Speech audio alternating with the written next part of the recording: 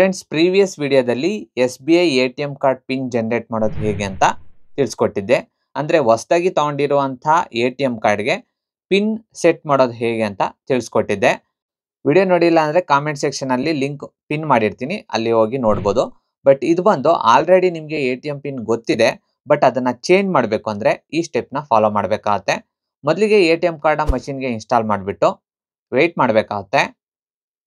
Next ಈ ರೀತಿ screen ಬರುತ್ತೆ, ವೆಯ್ಟ್ ಮಾಡಿ. ನೆಕ್ಸ್ಟ್ ಬ್ಲೂ ಸ್ಕ್ರೀನಲ್ಲಿ ಬ್ಯಾಂಕಿಂಗ್ ಅಂತ ಒಂದು ಆಪ್ಷನ್ ಇರುತ್ತೆ, ಅದನ್ನು ನೀವು ಕ್ಲಿಕ್ ಮಾಡಬೇಕಾಗುತ್ತೆ.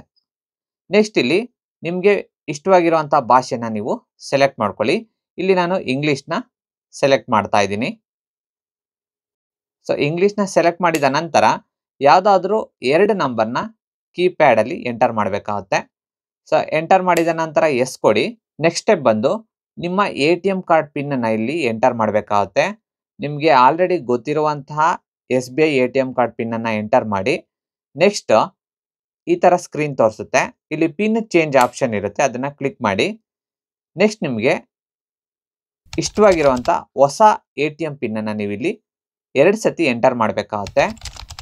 ಎಂಟರ್ ಮಾಡಿದ ನಂತರ your transaction is being processed, please wait ಅಂತ ತೋರಿಸುತ್ತೆ, ವೆಯ್ಟ್ ಮಾಡಿ.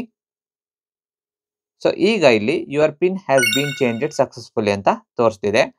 ನಿಮ್ಮ ATM ಕಾರ್ಡ್ಗೆ ಹಳೆ ATM ಪಿನ್ ಏನಿರುತ್ತೆ ಅದು ಡಿಲೀಟ್ ಆಗಿಬಿಟ್ಟು ಈಗ ಏನು ಸೆಟ್ ಮಾಡಿರ್ತೀರಾ ಈ ATM ಪಿನ್ ಇದಕ್ಕೆ ಸೆಟ್ ಆಗಿರುತ್ತೆ. ಸೊ ಈ ರೀತಿ ನೀವು ATM ಕಾರ್ಡ್ ಪಿನ್ನನ್ನು ಚೇಂಜ್ ಮಾಡ್ಕೋಬೋದು. ವಿಡಿಯೋ ನೋಡಿದ್ದಕ್ಕಾಗಿ ಧನ್ಯವಾದಗಳು.